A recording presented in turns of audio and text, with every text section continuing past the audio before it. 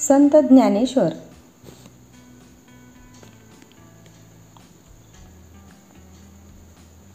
नामदेवांसोबत तीर्थयात्रेचा पंढरपुरात समारोप केल्यावर त्यांना घेऊन ज्ञानेश्वर आळंदीत परत आले.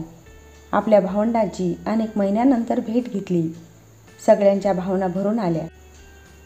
त्या भावंडांनी जन्मापासून आजवर सोबतच आयुष्य काढले होते. इतका विरह कधी झाला नव्हता. पुन्हा भेट झाल्यावर आळंदीत गेल्यावर काही काळ आनंदात गेला. पण काही दिवसांनी ज्ञानेश्वरांनी आपली संजीवन समाधी घेण्याचा विचार निवृत्तीनाथांजवळ बोलून दाखवला. संजीवन समाधी म्हणजे स्वतःहून मृत्यूचे स्वागत करून हे जग सोडून देणे. सामान्य माणसाला मृत्यूची भीती असते. जगण्यावर फार लोभ असतो. अनेक अपुऱ्या इच्छा असतात. त्यामुळे मृत्यूची कल्पना आपल्याला करवत नाही. सिद्धयोग्यांना मात्र जगण्याचा अजिबात मोह नसतो आणि मरणाची भीती नसते. त्यांच्या समाधीचे कारण कुठली निराशा नसून विरक्ती म्हणता येईल. आपलं आयुष्यातलं कार्य पूर्ण झालं असं वाटल्यावर मग यापुढे कशाला उगाच जगण्याच्या मोहात दिवस काढायचे, असा तो विचार होता. वयाच्या 21व्या वर्षी ज्ञानेश्वरांनी हा निर्णय घेतला. सामान्य माणसाची ही सहसा आयुष्यात कर्तबगारी दाखवण्याची सुरुवात होती. ज्ञानेश्वरांनी या वयात आपलं जीवितकार्य संपवलं होतं. एका चाकोरीत अडकून बसलेल्या धर्माला आणि समाजाला आव्हान दिलं होतं. पंडितांच्या पोथ्यांमध्ये कैद झालेलं गीतेचं आध्यात्मिक ज्ञान सामान्यांसाठी ज्ञानेश्वरी लिहून मराठीतून मोकळं केलं होतं.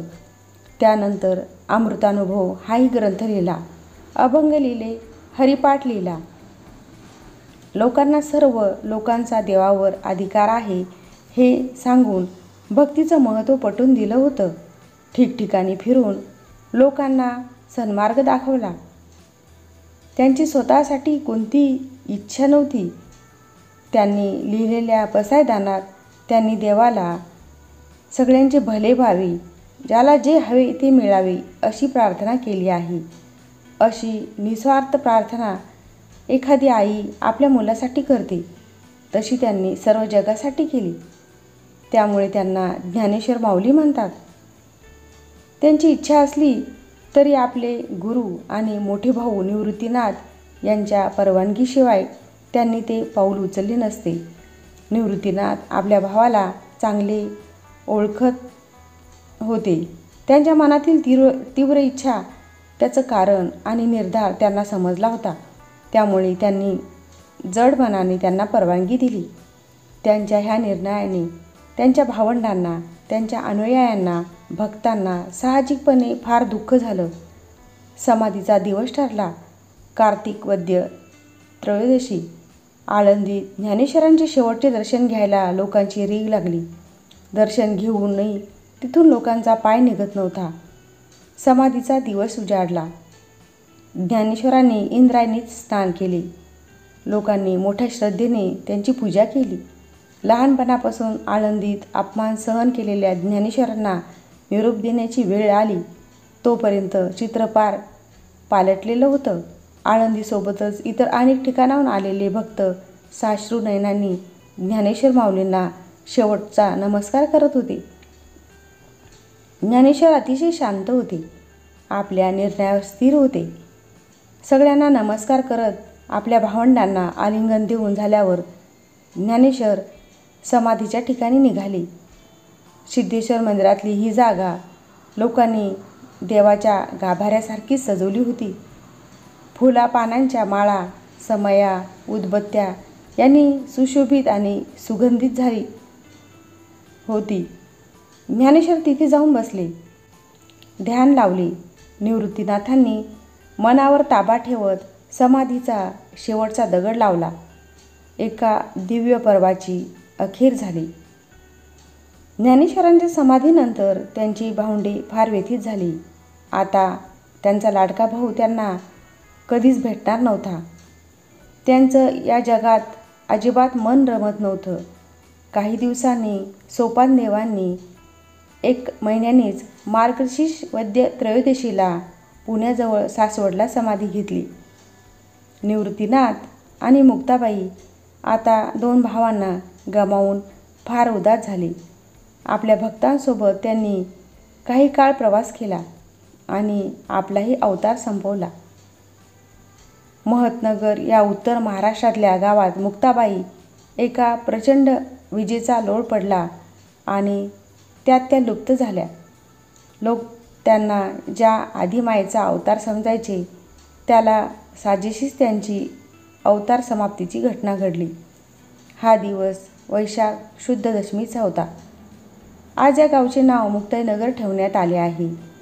निवृत्तीनाथांनी त्र्यंबकेश्वरात समाधी घेतली. ह्याच त्र्यंबकेश्वराजवळ एका गुहेत त्यांना त्यांचे गुरु गहिनीनाथ भेटले आणि त्यांचा आध्यात्मिक प्रवास सुरू झाला. तो प्रवास त्यांनी तिथेच ज्येष्ठ शुद्ध द्वादशीला संपवला. या चारही भावंडांपैकी आज सर्वाधिक लिखाण ज्ञानेश्वराचे उपलब्ध आहे. गीतेवर मराठीत लिहिलेली ज्ञानेश्वरी ही मराठी साहित्यातला, संत साहित्यातला मैलाचा दगड ठरली असल्यामुळे ती काळाच्या ओघात टिकून राहिली.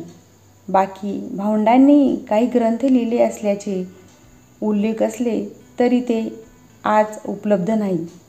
त्या सर्वांनी लिहिलेले अभंग मात्र उपलब्ध आहेत. लिखाण उपलब्ध नसले तरीही या चारही भावंडांचा हिंदू आणि विशेषतः मराठी समाजावरचा प्रभाव असामान्य आहे. करोडो लोक त्यांचे आज भक्त आहेत. ज्ञानेश्वरांच्या आळंदीतून ते विठोबाच्या पंढरपूरपर्यंत दरवर्षी आषाढी आणि कार्तिकी एकादशीच्या निमित्ताने वारी निघते. लाखो लोक ह्या वारीत सहभागी होतात. वाटेत ज्ञानेश्वरांची पालखी सासवडला आपल्या भावाच्या सोपानदेवांच्या समाधीला भेट देते.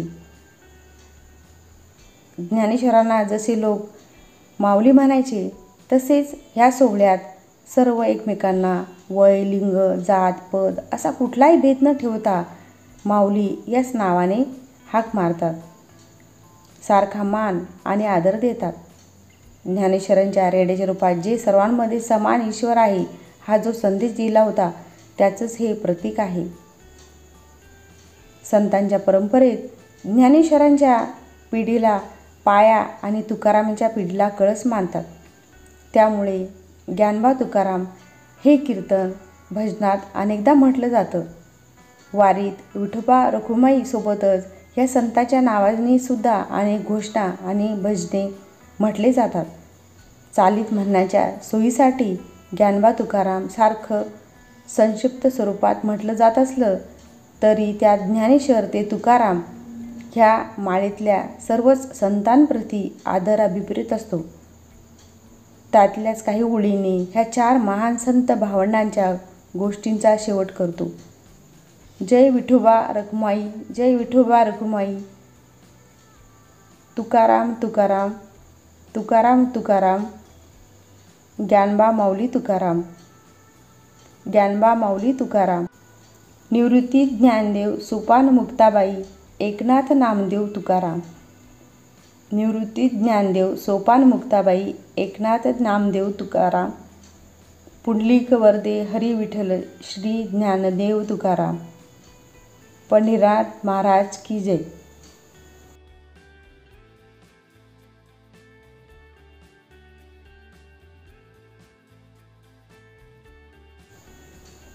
व्हिडिओला लाईक, शेअर आणि चॅनलला सबस्क्राईब करा. उद्याला पुन्हा भेटूया एका नवीन व्हिडिओसह. धन्यवाद.